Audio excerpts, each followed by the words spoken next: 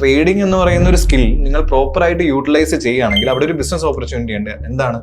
നമ്മുടെ ലാപ്ടോപ്പും ഇന്റർനെറ്റും വെച്ച് മാത്രം നമുക്ക് ചെയ്യാൻ പറ്റുന്ന ഒരു സ്കില്ലാണ്. എവിടെ ഇരുന്നും ചെയ്യാം. പക്ഷെ അതിനകത്ത് നമുക്ക് പ്രോപ്പറായിട്ടുള്ള നോളജ് ആവശ്യമാണ്. ഒരു സ്കില്ല് നമ്മൾ പ്രോപ്പറായിട്ട് പഠിക്കണം. പേഷ്യൻസ് വളരെ മസ്റ്റാണ്. ഡിസിപ്ലിൻ വളരെ മസ്റ്റാണ്. ട്രേഡിങ്ങിന്റെ റിയാലിറ്റി എന്ന് പറയുന്നത് ഞാൻ മനസ്സിലാക്കിയെടുത്തോളം ഈ പറയുന്ന ലക്ഷങ്ങളെ കളി മാത്രമല്ല. നമ്മൾ അതിനെ കാണേണ്ടത് ഒരു മാസം നമുക്ക് നമ്മുടെ ക്യാപിറ്റലിന്റെ പുറത്ത് വലിയ റിസ്ക് എടുക്കാതെ ക്യാപിറ്റൽ പോവാത്ത രീതിയിൽ ഒരു maybe 4 to 5% daily 5 lakh, 10 lakh, 15 lakh, 1 crore വരെയൊക്കെ പ്രോഫിറ്റ് സ്ക്രീൻഷോട്ട്സ് വരുന്നുണ്ട്. ഈ സ്ക്രീൻഷോട്ട്സ് വെച്ചിട്ട് റീറ്റെയിൽ ക്രൗഡിനെ ടെംപ്റ്റ് ചെയ്തിട്ട് they wanted to sell something. ഇപ്പോഴത്തെ AI യുഗത്തിൽ അത്രയും പോലും ബുദ്ധിമുട്ടില്ല. നമുക്ക് ഏതെങ്കിലും സോഫ്റ്റ്വെയറിൽ കൊടുത്തു കഴിഞ്ഞാൽ എഡിറ്റ് ചെയ്ത് കിട്ടും. Welcome to Mavericks podcast. ഇന്ന് നമ്മുടെ ഉള്ളത് മാർക്കറ്റ് മാവറിക്സിന്റെ ഫൗണ്ടറും സെബി റിസർച്ച് അനലിസ്റ്റുമായ അജയ് വർഗീസ് ആണ്. Hi bro. Thank you. Welcome to podcast. Thank you for inviting. കുറെ നാളെ നമ്മൾ കണ്ടിട്ടില്ല. അതെ അതെ, കുറെ നാളായി. 2-3 മാസത്തോളായി. അതെ അതെ, കൊച്ചിയിലേക്ക് വരുമ്പോ ഒന്ന് മീറ്റ് ചെയ്യാം എന്ന് പറഞ്ഞിരിക്കുകയായിരുന്നു. ഓക്കെ. സെബി റിസർച്ച് അനലിസ്റ്റ് ഒക്കെ ആയെന്ന് ഞാൻ റീസെന്റ് അപ്ഡേറ്റ് എന്താന്ന് വെച്ചാൽ നമുക്കൊരു 2 monthsോളം എക്സാം കഴിഞ്ഞിട്ട് ഒരു രജിസ്ട്രേഷൻ പ്രോസസ് ഉണ്ടായിരുന്നു. അപ്പൊ അത് കഴിഞ്ഞിട്ട് ഇപ്പം നമുക്ക് ഒഫീഷ്യലി സെബിയുടെ ലൈസൻസ് കിട്ടിയിട്ടുണ്ട്. നമ്മുടെ വെബ്സൈറ്റിലൊക്കെ പോയി നോക്കിക്കഴിഞ്ഞാൽ റിഫ്ലക്ട് ആവുന്നുണ്ട്. അപ്പം കേരളത്തിൽ തന്നെ എനിക്ക് തോന്നുന്നു 40 പേരിൽ താഴെയുള്ളൂ. ഇന്ത്യയിൽ തന്നെ ഓവറോൾ 2000 റിസർച്ച് അനലിസ്റ്റുകളാണ് ഉള്ളത്. അപ്പൊ അതില് ഇന്ത്യയിൽ തന്നെ 2000 റിസർച്ച് അനലിസ്റ്റുകളാണ് ഉള്ളത്. അപ്പൊ അതിലൊരു ആകാൻ പറ്റിയതിൽ വലിയൊരു സന്തോഷമാണ്. അപ്പൊ ആക്ച്വലി കേൾക്കുന്ന ആൾക്കാർക്ക് ഡൗട്ട് കാണും, എന്താണ് ഈ സെബി റിസർച്ച് അനലിസ്റ്റ് എന്നൊക്കെ പറയുന്നത്? സെക്ടറുമായിട്ട് ബന്ധപ്പെട്ട് തീർച്ചയായും സ്റ്റോക്ക് മാർക്കറ്റ് റിലേറ്റഡ് ആയിട്ട്, അതായത് നമ്മുടെ സ്കാം 92, അതായത് 1992 ഹർഷദ് മെഹ്ത്ത സ്കാം നടന്നതിന് ശേഷമാണ് ഈ സെബിയുടെ പവേഴ്സ് കുറെ കൂടെ ഉണ്ടായത്. അപ്പൊ അതിനു മുന്നേ സെബി ഉണ്ടായിരുന്നെങ്കിലും ഇത്രയും പവർഫുൾ ആയിരുന്നില്ല. അപ്പം സ്റ്റോക്ക് മാർക്കറ്റിലെ ഇൻവെസ്റ്റേഴ്സിനെ പ്രൊട്ടക്ട് ചെയ്യാനായിട്ടുള്ള ഒരു റെഗുലേറ്ററി ബോഡിയാണ്. അത് സെൻട്രൽ ഗവൺമെന്റിന്റെ കൺട്രോളിലുള്ള ഒരു റെഗുലേറ്ററി ബോഡിയാണ്. അപ്പൊ അവര് എമംഗ് പീപ്പിൾ അവര് റിസർച്ച് അനലിസ്റ്റുകളെയും ഇൻവെസ്റ്റ്മെന്റ് അഡ്വൈസേഴ്സിനെയും ഹയർ ചെയ്യും ബേസ്ഡ് ഓൺ സർട്ടൻ കണ്ടീഷൻസ്. അപ്പൊ അതിൽ ഒന്നെന്ന് പറഞ്ഞാൽ ഒരു റിസർച്ച് അനലിസ്റ്റിന്റെ ടെസ്റ്റ് ഉണ്ട്, എക്സാം ഉണ്ട്. അപ്പൊ അത് ക്രാക്ക് ചെയ്യണം.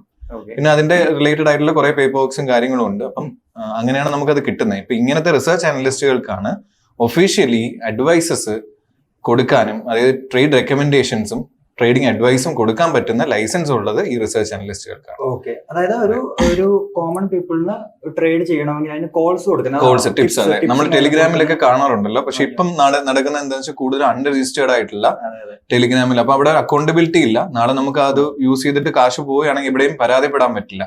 വേറെ സെബി രജിസ്റ്റേർഡ് അനലിസ്റ്റ് ആണ് നിങ്ങൾക്ക് തന്നതെങ്കിൽ എന്തെങ്കിലും ഒരു അൺറിയലിസ്റ്റിക് ആയിട്ടുള്ള പ്രോഫിറ്റ് ഗ്യാരണ്ടി തന്നിട്ടുണ്ടെങ്കിൽ നിങ്ങൾക്ക് സെബിക്ക് അഗെയിൻസ്റ്റ് കംപ്ലൈന്റ് ചെയ്യാനായിട്ടുള്ള ഒരു സെബിയുടെ സ്കോഴ്സ് എന്ന് പറയുന്ന വെബ്സൈറ്റ് ഉണ്ട്. അതിൽ പോയി നമ്മുടെ ലൈസൻസ് നമ്പർ അടിച്ചു കൊടുത്തു കഴിഞ്ഞാൽ നമുക്ക് അഗെയിൻസ്റ്റ് ആയിട്ട് ഇമ്മീഡിയറ്റ്ലി കംപ്ലൈന്റ് ചെയ്യാനായിട്ടൊക്കെ പറ്റും. അതായത് ഇപ്പം ഞാൻ സോഷ്യൽ മീഡിയയിലും ടെലിഗ്രാം ഗ്രൂപ്പ്സ് ഒക്കെ നോക്കുമ്പോൾ കുറേ ഗ്രൂപ്പ്സ് ആണ്, റിസർച്ച് അനലിസ്റ്റുകളുടെ ഗ്രൂപ്പാണ്. കൂടുതലും കാണുന്ന മുംബൈ ബേസ്ഡ്, ബാംഗ്ലൂർ ബേസ്ഡ് ആണ്. ആക്ച്വലി ഇതൊക്കെ റിയൽ ആയിട്ട് ഈ റൺ ചെയ്യുന്നത് സെബി രജിസ്റ്റേർഡ് അനലിസ്റ്റുകൾ തന്നെയാണോ, അതോ ജസ്റ്റ് നമുക്കത് വെരിഫൈ ചെയ്യാനായിട്ട് നമ്മുടെ licence number whatever they claim അത് നമുക്ക് സെബിയുടെ വെബ്സൈറ്റ് ഉണ്ട്. ലൈസൻസ് ഉണ്ട്. അതെ, ആ ലൈസൻസ് നമ്പർ നമ്മൾ താഴെ കാണിക്കാം. ഐഡിയ കിട്ടും. അപ്പൊ അതില് ആ നമ്പർ നിങ്ങൾ സെബിയുടെ ഒഫീഷ്യൽ വെബ്സൈറ്റിൽ പോയി സെർച്ച് ചെയ്ത് കഴിഞ്ഞാൽ അദ്ദേഹത്തിന്റെ പേര് കറക്റ്റ് ആയിട്ട് വരുന്നുണ്ടെങ്കിൽ ഇത് ലൈസൻസ് ആയിരിക്കാം. അല്ലാന്നുണ്ടെങ്കിൽ ഇതൊക്കെ ഫേക്ക് ആയിട്ടുള്ള ക്ലെയിംസ് ആയിരിക്കാനാണ് ചാൻസ് കൂടുതൽ. നമ്മൾ ഈ പറഞ്ഞ കാര്യം ഈ വെബ്സൈറ്റും അതുപോലെ തന്നെ ലൈസൻസ് നമ്പറും വീഡിയോയുടെ താഴെ ഡൗട്ട് ഉണ്ടെങ്കിൽ ഉറപ്പായിട്ട് അത് വെരിഫൈ ചെയ്യണം. ഓക്കെ.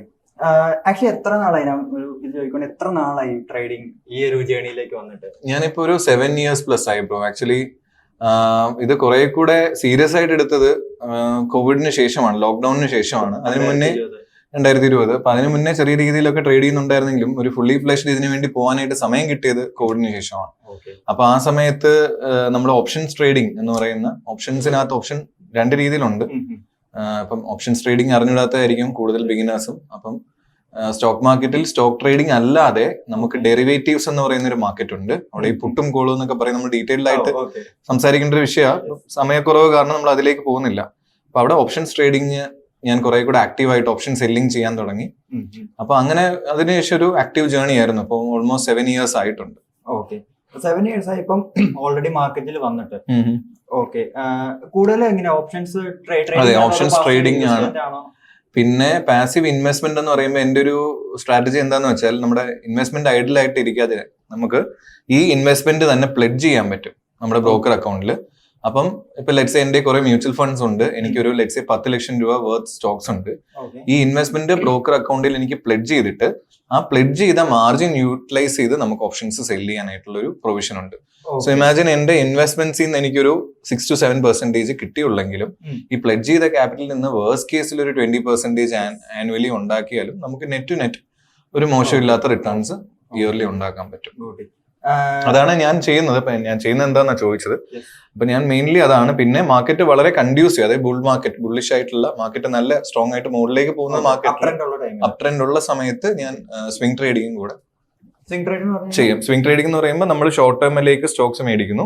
ഒരു മൊമെന്റം ട്രേഡിംഗ് ആണ് എന്റെ പെർസ്പെക്ടീവിൽ സ്വിംഗ് ട്രേഡിംഗ് എന്ന് പറയുന്നത്. അതായത് നമ്മളൊരു സ്റ്റോക്ക് മേടിച്ചാൽ 10 വർഷം കഴിഞ്ഞത് മുകളിലോട്ട് പോയിട്ട് കാര്യമില്ല. അപ്പൊ മേ ബി 1 or 2 വീക്സിനുള്ളിൽ എനിക്കൊരു ടാർഗറ്റ് കാണും. അപ്പം ലെറ്റ്സ് സേ ഒരു സ്റ്റോക്കിന്റെ 15% അപ്സൈഡ് ആയിരിക്കും. അപ്പം അതിലേക്ക് മൊമെന്റം തരുന്ന സ്റ്റോക്കുകളെ സെലക്ട് ചെയ്യാനായിട്ട് നമ്മുടെ കുറച്ച് സ്ട്രാറ്റജീസും കാര്യങ്ങളും യൂട്ടിലൈസ് ചെയ്തിട്ട് ചെയ്യുന്ന ഒരു പരിപാടിയാണ്. അപ്പൊ ഇത് വർക്കിംഗ് പ്രൊഫഷണൽസിനും ചെയ്യാം. കാരണം നമ്മളെല്ലാരും വിചാരിക്കുന്നത് ട്രേഡിംഗ് ചെയ്യണമെങ്കിൽ ഒരുപാട് സമയം ഇതിനകത്ത് ഇരിക്കണം, ഒരുപാട് സിസ്റ്റംസും മോണിറ്റേഴ്സും ഒക്കെ.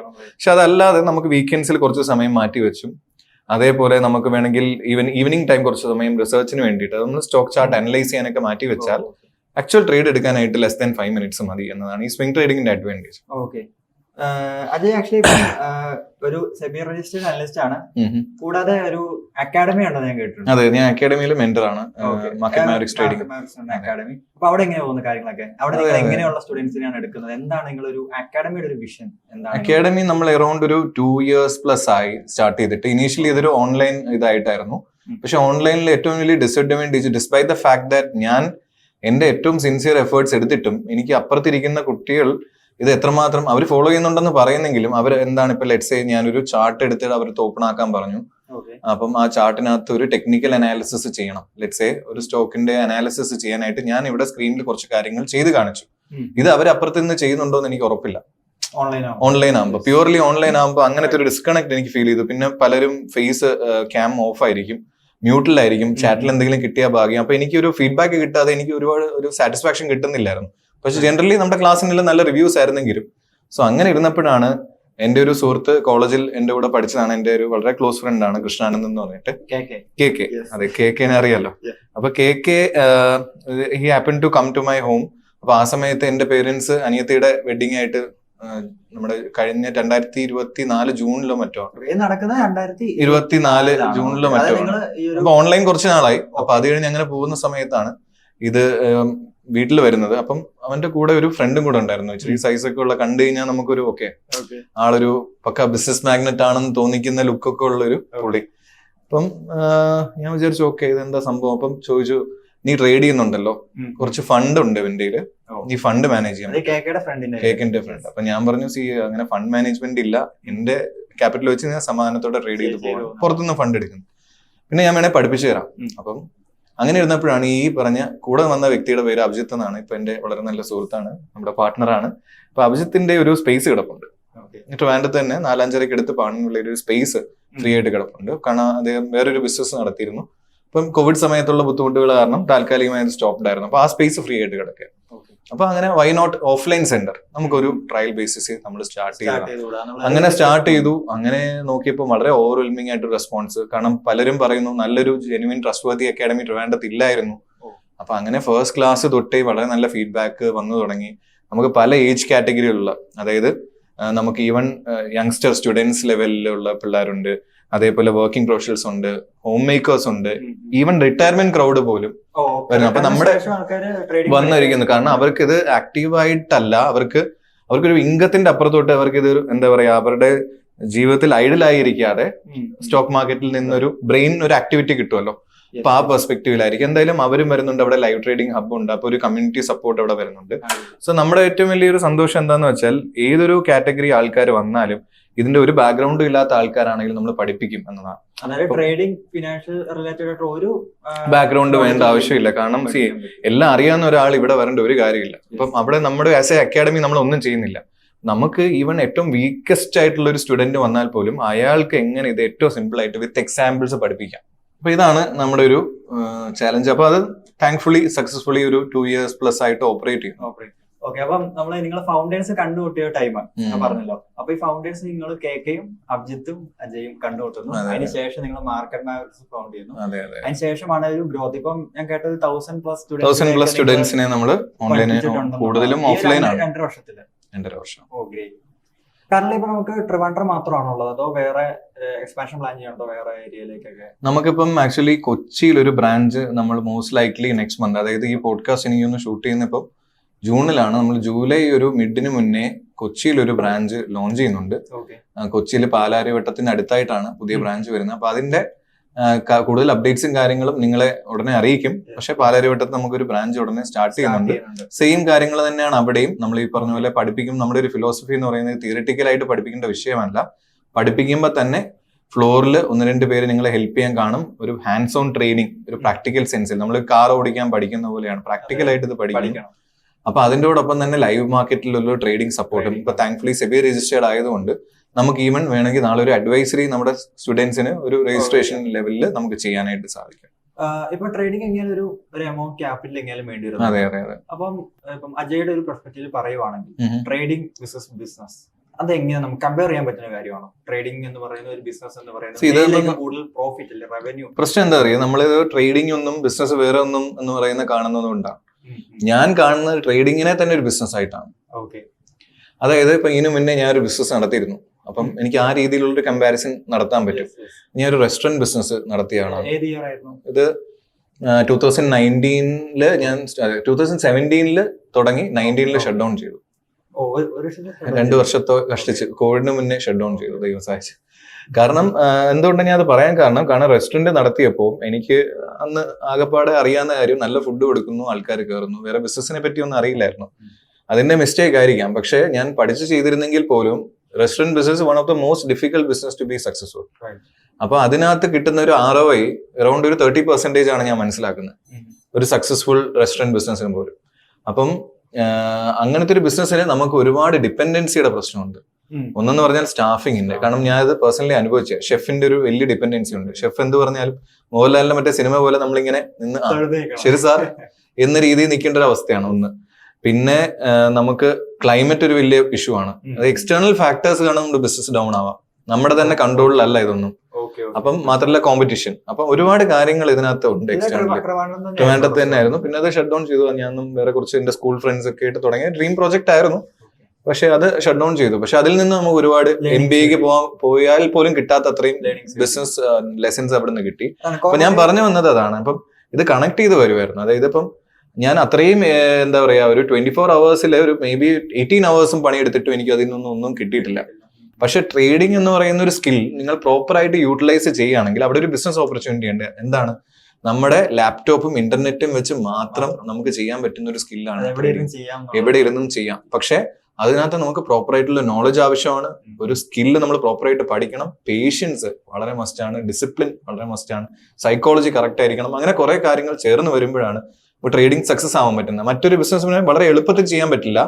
പക്ഷെ ഇഫ് എനിത്തിങ് ഫ്രീ ആയിട്ട് നിങ്ങൾക്ക് എളുപ്പത്തിൽ കിട്ടുന്നുണ്ടെങ്കിൽ അത് എല്ലാവർക്കും ചെയ്യാൻ പറ്റും. അപ്പൊ ട്രേഡിങ്ങിനകത്തൊരു എഡ്ജ് കിട്ടണമെന്നുണ്ടെങ്കിൽ അത്രയും എഫേർട്ട് എടുക്കണം എന്നതാണ് എന്റെ ഒരു. ഞാൻ ട്രേഡിങ്ങിനെ കുറിച്ച് മനസ്സിലാക്കിയെടുത്തോളം ഇപ്പം നമ്മൾ ഏതൊരു കോഴ്സ് പഠിക്കുകയാണെങ്കിലും ഏതൊരു സ്കിൽ അക്വയർ ചെയ്യാൻ അതിനൊരു ടൈം എടുക്കും. അപ്പൊ വൺസ് അതിനകത്ത് മാസ്റ്റർ ആയി കഴിഞ്ഞാൽ നമുക്ക് അതിന്റെ കുഴപ്പം മോശമല്ലാത്തൊരു ഇൻകം.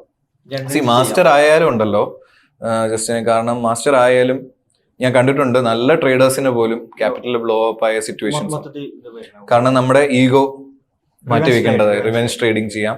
അതായത് ട്രേഡ് തെറ്റുമോ, ഞാൻ ഇത്രയും മികച്ച ട്രേഡർ ആയിട്ട് എനിക്ക് ലോസ് വരുമോ എന്ന് പറഞ്ഞിട്ട് ഈഗോ ഞാൻ ഇതിനകത്ത് കൊണ്ടുവന്നാലും പ്രശ്നമാണ്. അപ്പൊ അതിനകത്ത് ഒരുപാട് ഹ്യൂമിലിറ്റി, നമ്മൾ പോലും അറിയാതെ നമ്മൾ കുറെ ലെസൺസ് പഠിക്കും. നമ്മളെ പറ്റിയും പഠിക്കും, ഇമോഷൻസ് കൺട്രോൾ ചെയ്യാൻ പഠിക്കും. ഒരു വലിയ ഇൻട്രോസ്പെക്ഷൻ നടക്കുമെന്നതാണ്. ജസ്റ്റിൻ ട്രേഡിംഗ് ചെയ്തിട്ടുണ്ടോ?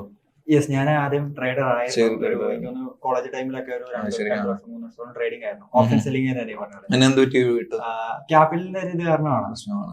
ക്യാപിറ്റൽ ഉണ്ടാക്കാൻ വേണ്ടി പിന്നെ പ്രൊഫഷൻ ചേഞ്ച് കണ്ടിന്യൂ ചെയ്യാൻ ഒരു സൈഡിൽ അല്ലേ? അതെ, ഇപ്പം പോകാൻ പറ്റും. ഞാൻ ഇപ്പം നോക്കുമ്പോൾ നമുക്ക് വരുന്ന ഫ്രീ ടൈം വേണമെങ്കിൽ പാർട്ട് ടൈം ചെയ്തെടുക്കാൻ പറ്റിയ ഒരു പോസിബിലിറ്റി ഇപ്പൊ ഉണ്ട്. പണ്ട് ക്യാപിറ്റൽ ഇല്ലായിരുന്നു, പണത്തിന്റെ ഒരു പ്രശ്നം. ഇപ്പം പ്രൊഫഷനിൽ കയറി കഴിഞ്ഞപ്പോ പരിചയമുള്ളൊരു മെന്റർ ഉണ്ട്. ഓക്കെ, അടിപൊളിയായിട്ട് കൊണ്ടുപോകാൻ പറ്റും. ഓക്കെ, ഇന്നിപ്പം നമ്മുടെ മാർക്കറ്റിൽ നമ്മൾ സോഷ്യൽ മീഡിയ എവിടെ തുറന്നു കഴിഞ്ഞാലും കുറെ ഫിൻ ഇൻഫ്ലുവൻസേഴ്സ് ഉണ്ട്. ഇവര് സെബി രജിസ്റ്റർ ആണെന്നുള്ള കാര്യം എനിക്ക് അറിയത്തില്ല. പക്ഷെ കുറെ ഇൻഫ്ലുവൻസേഴ്സ് ഉണ്ട്. അവർ പറയുന്ന കുറെ വാഗ്ദാനങ്ങൾ പറയുന്നുണ്ട്. ഭയങ്കര അൺറിയലിസ്റ്റിക് ആയിട്ടുള്ള പ്രോഫിറ്റ്സ് ആണ്. ഒരു ദിവസം 2 ലക്ഷം 3 ലക്ഷം രൂപയൊക്കെ പ്രോഫിറ്റ്. അപ്പൊ ഇതൊക്കെ ആക്ച്വലി നടക്കുന്ന കാര്യമാണ്. കാരണം എല്ലാ കുട്ടികൾക്കാണെങ്കിലും പല യങ്സ്റ്റേഴ്സിനും അല്ലെങ്കിൽ ട്രേഡിംഗ് പഠിക്കാൻ ആഗ്രഹിക്കുന്നവർക്കാണെങ്കിലും വലിയ ഡൗട്ടാണ്. ഡെയിലി 2 ലക്ഷം 3 ലക്ഷം രൂപയ്ക്ക് ഇവർ ഏൺ ചെയ്യുന്നുണ്ടെങ്കിൽ ഇവരുടെ മന്ത്ലി ഇൻകം എവിടെയായിരിക്കും എന്നുള്ളത്. ഇതിനെ കുറിച്ച് എന്താണ്? ജസ്റ്റ് ഞാൻ ആക്ച്വലി മാർക്കറ്റിലേക്ക് വരുമ്പം ഞാനും ഇതൊക്കെ തന്നെ കണ്ടിട്ട് ഇൻസ്പയർഡ് ആയിട്ടുള്ള വ്യക്തിയാണ്. അപ്പം നമ്മൾ കാണുന്ന എന്താണ്, ലക്ഷറിയസ് ലൈഫ് സ്റ്റൈലും ലക്ഷറി ആയിട്ടുള്ള വെഹിക്കിൾസിൽ നടക്കുന്നു, പിന്നെ ബീച്ചിന്റെ സൈഡിൽ പോയിരുന്ന് ട്രേഡ് ചെയ്ത് കാശുണ്ടാക്കുന്നു. അപ്പം ഫുൾ ഒരു അടിച്ചുപൊളി മൂഡാണ്. പക്ഷെ ഇതിന്റെ റിയാലിറ്റി പിന്നീട് മനസ്സിലാക്കി. ഞാൻ ട്വിറ്റർ എന്ന് പറയുന്ന പ്ലാറ്റ്ഫോമിൽ ഉണ്ടായിരുന്നു. അപ്പൊ ആ പ്ലാറ്റ്ഫോമിൽ ഇപ്പോഴത്തെ എക്സില് പണ്ട് ഞാൻ കയറിയ സമയത്ത് ആൾക്കാർ ജസ്റ്റിന് ഇപ്പൊ പറഞ്ഞ പോലെ daily 5 lakh 10 lakh 15 lakh 1 crore വരെയൊക്കെ പ്രോഫിറ്റ് സ്ക്രീൻഷോട്ട്സ് വരുന്നുണ്ട്. അപ്പൊ അതിനുശേഷം നമുക്ക് മനസ്സിലായ എന്താന്ന് വെച്ചാൽ അവർക്ക് ഈ സ്ക്രീൻഷോട്ട്സ് വെച്ചിട്ട് റീറ്റെയിൽ ക്രൗഡിനെ ടെംപ്റ്റ് ചെയ്തിട്ട് ദേ wanted to sell something. അവരുടെ സർവീസസ് ആവാം, whatever it is. അപ്പൊ അത് കഴിഞ്ഞപ്പം സെൻസിബിൾ എന്ന് പറയുന്ന ഒരു പ്ലാറ്റ്ഫോം, അതായത് നമ്മുടെ സെറോദ അക്വയർ ചെയ്ത ഒരു പ്ലാറ്റ്ഫോമാണ്. അതിന്റെ ഫൗണ്ടർ ഒരു മലയാളിയാണ്, ആബിദ് ഹസൻ എന്ന് പറഞ്ഞിട്ട്. അദ്ദേഹം ഡൗട്ട് അടിച്ചിട്ട് ഓക്കെ എങ്കിൽ നമുക്കൊരു വെരിഫൈഡ് ബൈ സെൻസിബിൾ എന്ന് പറയുന്ന ഒരു പ്ലാറ്റ്ഫോം തുടങ്ങാം. അതുവഴി നമ്മുടെ ഈ PNL പ്രോഫിറ്റ് ആൻഡ് സ്ക്രീൻഷോട്ട് എടുത്തതിന് പകരം ഈ പ്ലാറ്റ്ഫോം വഴി നിങ്ങൾ വെരിഫൈ ചെയ്യാനായിട്ട് ഓപ്ഷൻ കൊടുത്തു. അപ്പം നിങ്ങൾക്ക് ഒരു ട്രസ്റ്റ് കിട്ടും, ആൾക്കാർ സംശയിക്കേണ്ട കാര്യമില്ല. അപ്പൊ അങ്ങനെ വന്നപ്പോഴത്തേക്കും പതുക്കെ ഈ സ്ക്രീൻഷോട്ട്സ് കുറയാൻ തുടങ്ങി, പ്രോഫിറ്റിന്റെ എമൗണ്ടും കുറെ കൂടെ റിയാലിറ്റിയിലേക്ക് വരാൻ തുടങ്ങി. അപ്പൊ എനിക്ക് മനസ്സിലായത്, അപ്പൊ നേരത്തെ ഇട്ടിരുന്നതൊക്കെ വളരെ ഈസി ആയിട്ട് ഇപ്പോഴത്തെ AI യുഗത്തില് അത്രയും പോലും ബുദ്ധിമുട്ടില്ല, നമുക്ക് ഏതെങ്കിലും സോഫ്റ്റ്വെയറിൽ കൊടുത്തു കഴിഞ്ഞാൽ എഡിറ്റ് ചെയ്ത് കിട്ടും. അപ്പം അതായിരുന്നു അതിന്റെ ഒരു സിറ്റുവേഷൻ. അപ്പം ട്രേഡിങ്ങിന്റെ റിയാലിറ്റി എന്ന് പറയുന്നത് ഞാൻ മനസ്സിലാക്കിയെടുത്തോളം ഈ പറയുന്ന ലക്ഷങ്ങളുടെ കളി മാത്രമല്ല. നമ്മൾ അതിനെ കാണേണ്ടത് ഒരു മാസം നമുക്ക് നമ്മുടെ ക്യാപിറ്റലിന്റെ പുറത്ത് വലിയ റിസ്ക് എടുക്കാതെ ക്യാപിറ്റൽ പോവാത്ത രീതിയിൽ ഒരു മേ ബി 4 to 5%, അതായത് 1 ലക്ഷം രൂപ ഉണ്ടെങ്കിൽ എനിക്ക് മാസം ഒരു 4000-5000 രൂപയായിരിക്കാം ഉണ്ടാക്കാൻ പറ്റുന്നത്. അപ്പൊ ഇങ്ങനെ പറയുമ്പോഴത്തേക്കും പൊതുവേ ഇവിടെ വരുന്ന കസ്റ്റമേഴ്സ് ഉൾപ്പെടെ അല്ലെങ്കിൽ നമ്മുടെ സ്റ്റുഡൻസ് ഉൾപ്പെടെ ഇനീഷ്യലി അത്രയേ ഉള്ളൂ എന്നൊരു എക്സ്പ്രഷൻ, ഒരു ഐബ്രോ റേസ് ചെയ്യാം. പക്ഷെ അതിന്റെ ഒരു ഡിഫറൻറ്റ് സൈഡ് എന്താ, ഞാൻ തുടങ്ങിയപ്പോൾ എന്റെ ക്യാപിറ്റൽ 30,000 ആയിരുന്നു. അപ്പൊ കറന്റ്ലി ഞാൻ ഒരു 20 lakhന് ട്രേഡ് ചെയ്യാണ്. അപ്പം അതിന്റെ ഒരു 4% എന്ന് പറയുന്ന മോശമില്ലാത്ത എമൗണ്ട് ആണ്. അപ്പൊ അങ്ങനെ ഇതിനെ ഒരു ബിസിനസ് പോലെ നമ്മൾ ഇത് കോമ്പൗണ്ട് ചെയ്ത് പോവുകയാണെങ്കിൽ ഇത് വളരെ നല്ലൊരു സ്കില്ല് തന്നെയാണ്. അപ്പൊ ആ രീതിയിൽ ഇതിനെ കാണാനായിട്ട് സാധിക്കും. കൂടുതൽ ആൾക്കാർ മാർക്കറ്റിൽ ഫെയിൽ ആവുന്ന വലിയ റീസൺ എന്ന് പറഞ്ഞാൽ അൺറിയലിസ്റ്റിക് ആണ് പ്രോഫിറ്റ് എക്സ്പെക്ട് ചെയ്യുന്നതാണ്. ഒരു 10,000 അല്ലെങ്കിൽ 20,000 കൊണ്ട് വന്നിട്ട് മന്ത്ലി ഒരു 1 lakh ഏൺ ചെയ്യണം. അല്ല, ഒരുപാട് സ്റ്റുഡൻസും ഇനീഷ്യലി എസ്പെഷ്യലി യങ്സ്റ്റേഴ്സ് അവരുടെ ഒരു എക്സ്പെക്ടേഷൻ ചോദിക്കുമ്പോൾ, ചേട്ടാ എന്റെ ഒരു 10-15 രൂപയുണ്ട്, 15,000 rupees ഉണ്ട്, ഇത് വെച്ചിട്ട് എല്ലാ മാസവും ഒരു 20 രൂപ 30 രൂപ. അപ്പം റിട്ടേൺസ് വൈസ് ചിന്തിച്ചാൽ അറൌണ്ട് 100% പ്ലസ്, അതായത് എല്ലാ മാസവും ക്യാപിറ്റൽ ഡബിൾ ആകുമെങ്കിൽ അതെ, അങ്ങനെ ഒബ്വിയസ്ലി അംബാനിയുടെ ഒക്കെ മുകളിൽ നമുക്ക് അധികം താമസം ഇല്ലാതെ പോകാൻ പറ്റും. അപ്പൊ നമ്മൾ ആദ്യമേ അവരെ പറഞ്ഞ് എഡ്യൂക്കേറ്റ് ചെയ്യുക, ഇതല്ല ട്രേഡിംഗ് എന്ന് പറഞ്ഞ് എഡ്യൂക്കേറ്റ് ചെയ്തതിനു ശേഷം മാത്രം അവർക്ക് അവർ സ്കില്ല് പഠിക്കാൻ വരുന്നുണ്ടെങ്കിൽ മാത്രമേ നമ്മൾ ഇവിടെ അഡ്മിഷൻ പോലും എടുക്കാറുള്ളൂ. അത് നമ്മുടെ ഒരു പോളിസി തന്നെയാണ്. ക്വാളിറ്റി എന്നല്ല, ആക്ച്വലി അവരുടെ എക്സ്പെക്ടേഷൻ ആദ്യം അലൈൻ ചെയ്യുക. അവര് കുറച്ചൊരു വീക്ക് സ്റ്റുഡന്റ് ആയിക്കോട്ടെ, അത് നമുക്ക് വിഷയമില്ല, നമുക്ക് പഠിപ്പിക്കാൻ പറ്റും.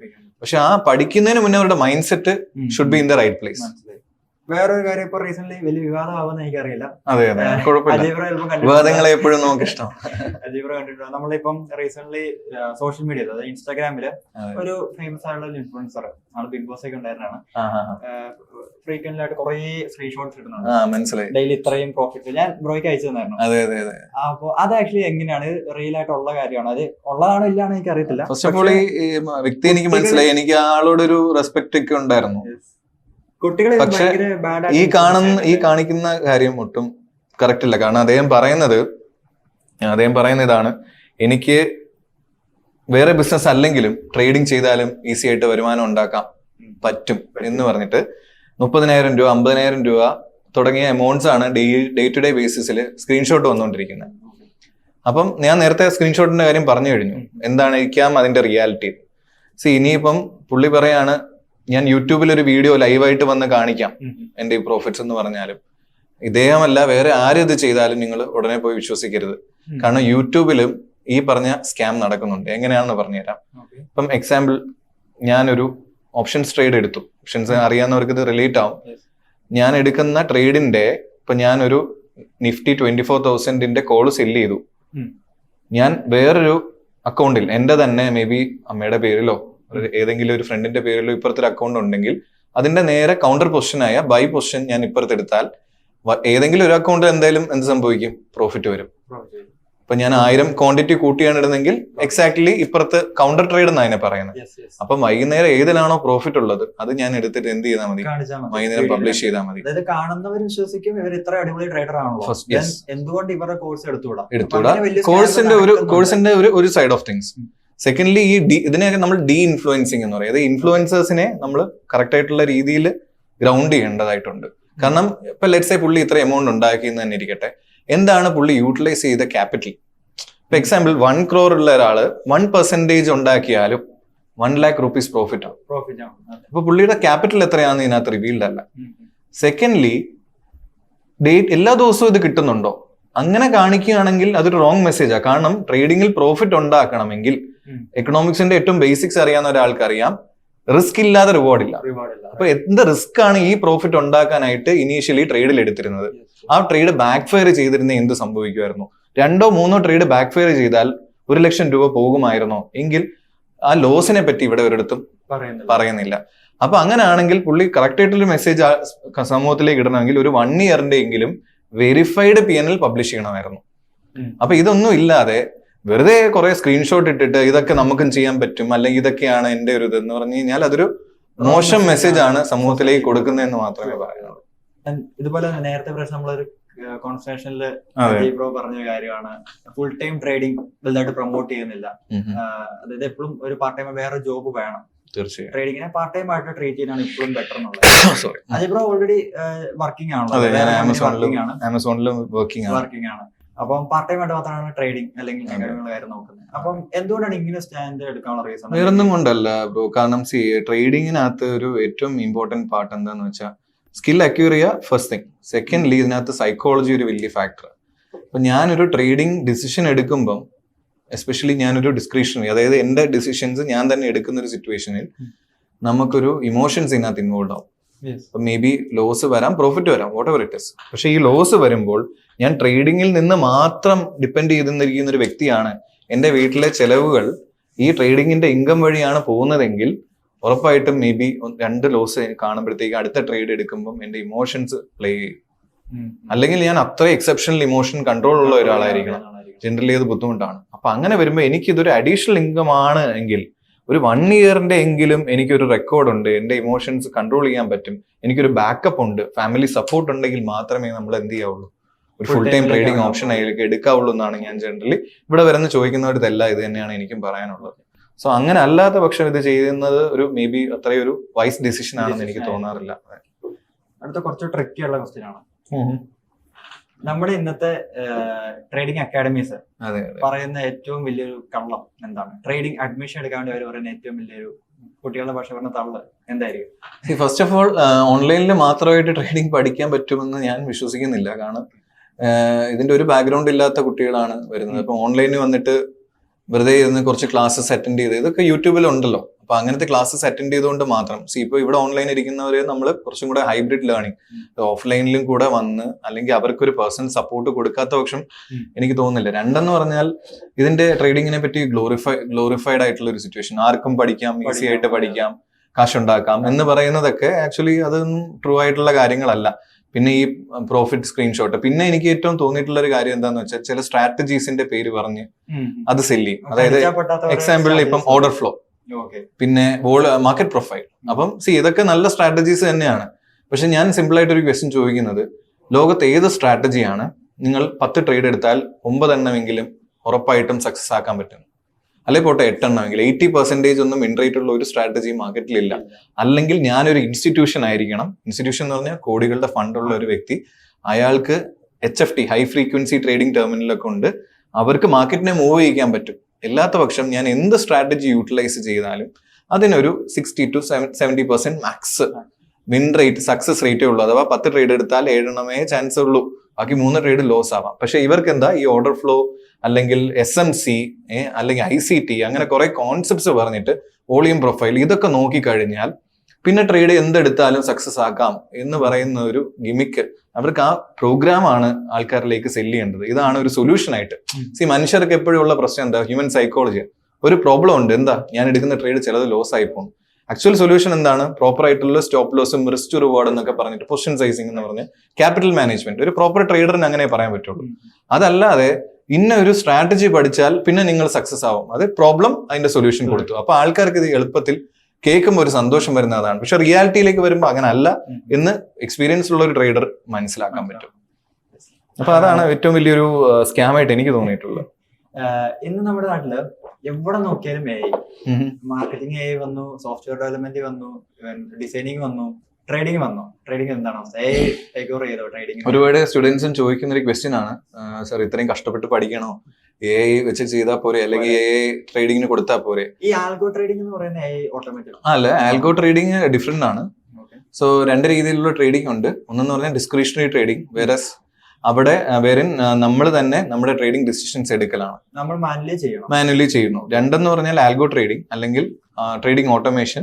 അവിടെ AI യൂസ് ചെയ്യണമെന്ന് നിർബന്ധമൊന്നുമില്ല. എനിക്ക് NSE നിന്ന് പഴയ ഡേറ്റ ബാക്ക് ടെസ്റ്റിന് വേണ്ടി എടുത്തു കഴിഞ്ഞാൽ, അതായത് പ്രീവിയസ് ഡേറ്റ എടുത്തു കഴിഞ്ഞാൽ അത് വെച്ചിട്ട് ഒരു സ്ട്രാറ്റജി ഉണ്ടാക്കിയിട്ട് ഈ സ്ട്രാറ്റജിയുടെ വിൻ റേറ്റും ഡ്രോ ഡൗണും അങ്ങനത്തെ കുറച്ച് മെട്രിക്സ് അനലൈസ് ചെയ്ത് അത് എനിക്ക് ഇംപ്ലിമെന്റ് ചെയ്യാനായിട്ട് ഒരു സോഫ്റ്റ്വെയർ കോഡ് ഇട്ടിട്ട് ചെയ്യാൻ പറ്റും. അതാണ് ട്രേഡിംഗ് ഓട്ടോമേഷൻ. അവിടെ നമ്മൾ AI യൂസ് ചെയ്യുന്നില്ല. AI എന്ന് പറയുമ്പോൾ ഒരു AI, ഒരു artificial intelligence, may be ChatGPT ആകാം, ക്ലോഡ് ആകാം, അത് യൂസ് ചെയ്തിട്ട് ഞാൻ അതിനെ കൊണ്ടൊരു സിസ്റ്റം ഉണ്ടാക്കിപ്പിച്ചിട്ട് ട്രേഡ് ചെയ്യാനാണ്. അപ്പം അത് ഈ പറഞ്ഞ പോലെ എഗെയിൻ ഒരു ഗിമിക്കാണ്. AI എത്രമാത്രം സ്ട്രോങ് ആയാലും അവിടെ ഒരു ഹ്യൂമൻ ഇന്റർവെൻഷൻ ആവശ്യമുണ്ട്. നമ്മുടെ ബ്രെയിൻ അവിടെ വർക്ക് ചെയ്യണം. അപ്പം AI മേ ബി ട്രേഡിങ്ങിനെ കുറച്ചും കൂടെ എഫിഷ്യന്റ് ആക്കാം, കുറച്ചും കൂടെ സ്മൂത്തർ ആക്കാം, ഈസിയർ ആക്കാം. പക്ഷെ അത് ഒരിക്കലും 100% ഹ്യൂമൻ ട്രേഡിങ്ങിനെ റീപ്ലേസ് ചെയ്യുമെന്ന് ഞാൻ വിശ്വസിക്കുന്നില്ല. ഇൻഫാക്ട് ഇതിനെ ബേസ് ചെയ്ത് കുറെ തട്ടിപ്പുകൾ മാർക്കറ്റിൽ നടക്കുന്നുണ്ടെന്നൊരു ഇൻഫർമേഷനും കൂടെ പാസ് ചെയ്യാൻ ആഗ്രഹിക്കുന്നു. ഇവിടെ ഒരു സ്റ്റുഡന്റ് AI ട്രേഡിംഗ് എന്ന് പറഞ്ഞിട്ട് ഏതോ ഒരു അൺരജിസ്റ്റേർഡ് ആയിട്ടുള്ള ഏതോ ഒരു ഫണ്ട് മാനേജ്മെന്റ് ഇതിലേക്ക് അദ്ദേഹത്തിന് മകന് എന്തെങ്കിലും കിട്ടിക്കോട്ടെ എന്ന് വെച്ചിട്ടൊരു I think 78,000 മറ്റോ കൊണ്ടിട്ടു. വിത്തിൻ 1 വീക്ക് കഴിഞ്ഞപ്പോഴത്തേക്കും ആ ഫണ്ട് ഇപ്പോൾ ഒരു 5,000 രൂപ ബാക്കിയുള്ളൂ. ബാക്കി 70,000-75,000 രൂപയോളം പോയി കഴിഞ്ഞു. അവരോട് ചോദിച്ചപ്പോൾ കൂടുതൽ ഫണ്ട് ഇട്ടോളാൻ പറഞ്ഞു, അത് തിരിച്ചെടുക്കാന്ന് പറയുന്നത്. അതെ, അപ്പം അവർക്ക് ബേസിക്കലി ബ്രോക്കറേജ് കിട്ടും. ഇവരുടെ ഓർഡേഴ്സ് ഇടുമ്പോഴത്തേക്കും ഏതെങ്കിലും ബ്രോക്കർ ആയിട്ട് ഒരു ടൈപ്പ് ഒരു കമ്മീഷൻ അവർക്ക് പോകുന്നുണ്ട്. അപ്പൊ അല്ലാതെ ഇവർക്ക് പ്രോഫിറ്റ് ഉണ്ടായാലും ഇല്ലെങ്കിലും അവർക്ക് കിട്ടുന്നത് കിട്ടും. അപ്പൊ അങ്ങനത്തെ കുറെ തട്ടിപ്പുകളുണ്ട്. അതൊന്നും ആരും എളുപ്പത്തിൽ വിശ്വസിക്കരുത്. No short cut. കാര്യം പറഞ്ഞപ്പോഴാണ് ബ്രോക്കേഴ്സ് അത്യാവശ്യം നല്ല രീതിയിൽ കമ്മീഷൻ എടുക്കുന്നുണ്ട്.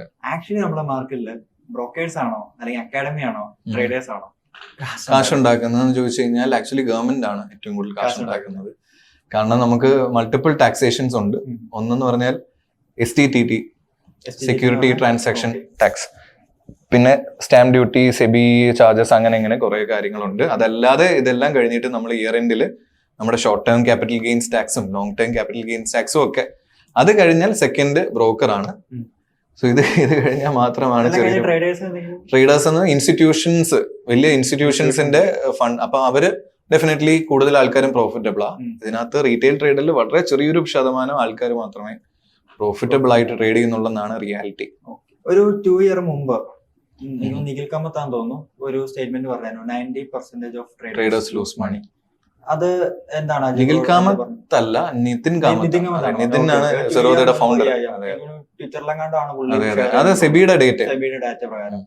അപ്പം അത് ആക്ച്വലി ഇത്രയും ഇതാണോ റിയാലിറ്റി? അതാണോ മെജോറിറ്റി ഓഫ് ആൾക്കാരും കാശ് lose? Security exchange board of ഇന്ത്യയുടെ ഈവൻ ലേറ്റസ്റ്റ് ഡേറ്റയിൽ പോലും ലെസ് ദാൻ 10% ആൾക്കാരെ പ്രോഫിറ്റബിൾ ആയിട്ടുള്ളൂ. അതിൽ തന്നെ എനിക്ക് തോന്നുന്നു ഒരു 7% മറ്റോ ആണ് ബാങ്ക് FDയിൽ കിട്ടുന്നതിനെക്കാട്ടിലും ഹയർ റിട്ടേൺസ് ഉണ്ടാക്കുന്നത്. അപ്പം ചോദിക്കാം, പിന്നെന്തിനാണ് ട്രേഡിംഗ് പഠിക്കുന്നല്ലേ, പിന്നെ എന്തിനാണ് ട്രേഡിംഗിലേക്ക് പോകുന്നത്? ഏതൊരു കോമ്പറ്റേറ്റീവ് മേഖലയിലും സക്സസ് റേറ്റ് കുറവാണ്. അപ്പം IAS പോലത്തെ ഒരു എക്സാം ക്രാക്ക് ചെയ്യണമെങ്കിലും സക്സസ് റേറ്റ് കുറവാണ്. അപ്പം PSC എക്സാംസ് ഉണ്ട്, UPSC എക്സാം ഉണ്ട്, ഇതിനൊക്കെ ആൾക്കാർ വർഷങ്ങൾ പോകുന്നുണ്ട്. അപ്പൊ അതൊന്നും വലിയ കംപ്ലൈന്റ് ഇല്ല. പക്ഷെ നമ്മൾ ട്രേഡിംഗ് ഒരു സ്കില്ലായിട്ട് പഠിക്കണമെന്നുണ്ടെങ്കിൽ അതിന് ഡെഫിനറ്റ്ലി ഹാർഡ് വർക്ക് ആവശ്യമാണ്. അവിടെ നമുക്കൊരു X ഫാക്ടർ ആവശ്യമാണ്. അപ്പൊ അതിനുവേണ്ടി വി ഹാവ് ടു ഹസിൽ. അത് എളുപ്പത്തിൽ ഒരു പ്ലേറ്റിൽ നമുക്ക് കിട്ടില്ല. പക്ഷെ എന്ന് കരുതി ഇത് ഫുൾ തട്ടിപ്പാണെന്ന് പറയുന്നതിനകത്തും എനിക്ക് വിശ്വാസമില്ല. കാരണം ഇതൊരു ഗാംബ്ലിങ്ങിന്റെ അപ്പുറത്തോട്ട് ഇതിനകത്തൊരു മാത്തമാറ്റിക്കൽ പ്രോബബിലിറ്റി, ഒരു ഹൈ പ്രോബബിലിറ്റി ട്രേഡിംഗ് സിസ്റ്റം ഉണ്ട്. അവിടെ നമുക്ക് ഡിസിപ്ലിന്റെയും സ്കില്ലിന്റെയും ഒരു നമ്മളതിനെ പോസിറ്റീവ് എക്സ്പെക്ടൻസി എന്നൊക്കെ ടെക്നിക്കലി പറയും. നമുക്ക് അതിലേക്കൊന്നും കടക്കണ്ട.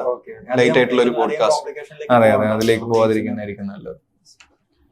അതുപോലെ ഇപ്പൊ നമുക്ക് ഇപ്പൊ ഏത് പ്രൊഫഷൻ ഉള്ളവർക്കാണെങ്കിലും ഒരു റൈറ്റ് മെന്റർ ആവശ്യമാണ് വിശ്വസിക്കുന്ന ആളാണ് ഞാൻ.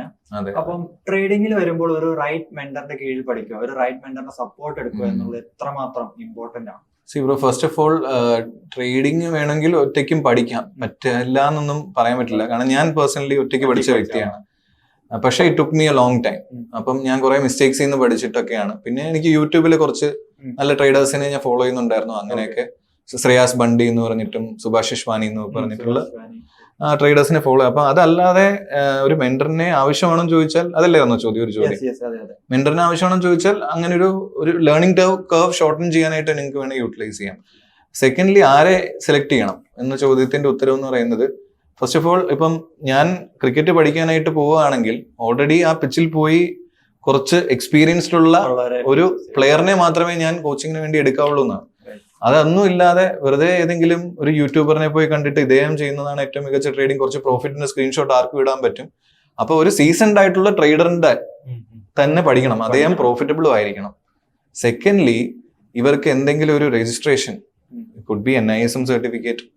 അപ്പം NISM സർട്ടിഫൈഡ് ആണെന്ന് ഇപ്പൊ എല്ലാരും പറയുന്നത്. National institute of securities market എന്നാണ് അതിന്റെ ഫുൾ ഫോം.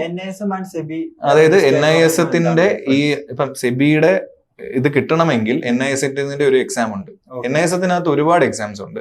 ഒന്ന് മ്യൂച്വൽ ഫണ്ടിന്, നമുക്ക് മ്യൂച്വൽ ഫണ്ട് ഡിസ്ട്രിബ്യൂട്ടർ ആവണമെങ്കിൽ വേറൊരു എക്സാം ആണ്. ഇപ്പം മ്യൂച്വൽ ഫണ്ട് ഇക്വിറ്റി ഡെറിവേറ്റീവ് എന്ന് പറഞ്ഞ വേറൊരു എക്സാം ഉണ്ട്. അപ്പം NSEക്ക് അകത്തുള്ള ഈ ഇങ്ങനത്തെ ജോബ് റിലേറ്റഡ് ആയിട്ടുള്ള കുറെ കണ്ടീഷൻസ് നമ്മൾ വെക്കുന്നതിനകത്ത് ഒന്ന് ഈ പറയുന്ന എക്സാംസ് ഒക്കെ പാസ് ആവണമെന്ന്. അപ്പൊ NISM പാസ്സാവുന്ന ഒരു ട്രേഡറിന് മേ ബി അതിൻ്റെതായ ക്രെഡിബിലിറ്റി ഉണ്ട്. പക്ഷെ ഏറ്റവും ഒരു എന്താ പറയാ, ഏറ്റവും ഒരു പ്രയോറിറ്റി കൊടുക്കേണ്ടത് ഈ പറഞ്ഞ സെബി രജിസ്ട്രേഷൻ ആണ്. കാരണം വേറൊന്നും കൊണ്ടല്ല, സെബി രജിസ്റ്റേർഡ് ആയിട്ടുള്ള ഒരാൾക്ക് ഒരു അക്കൗണ്ടബിലിറ്റി ഉണ്ട്. കാരണം ഇദ്ദേഹത്തിന് എഗെയിൻസ്റ്റ് ആയിട്ട് നിങ്ങൾക്ക് സെബിയുടെ സ്കോഴ്സിൽ പോയിട്ട് വേണമെങ്കിൽ എന്ത് ചെയ്യാം, കംപ്ലൈന്റ് ചെയ്യാം. എന്തെങ്കിലും തട്ടിപ്പ് ചെയ്യാണെന്ന് ഉറപ്പുണ്ടെങ്കിൽ ഇതിനകത്ത് സെബി ഉറപ്പായിട്ട് ആക്ഷൻ എടുക്കും. NISത്തിനകത്ത് അത് വരുന്നില്ല. അതൊരു ജസ്റ്റ് ഒരു സർട്ടിഫിക്കറ്റ് ആണ്. ഓക്കെ, ഇന്ന ആൾ ഇന്ന എക്സാം പാസ് ആയിട്ടുണ്ട്.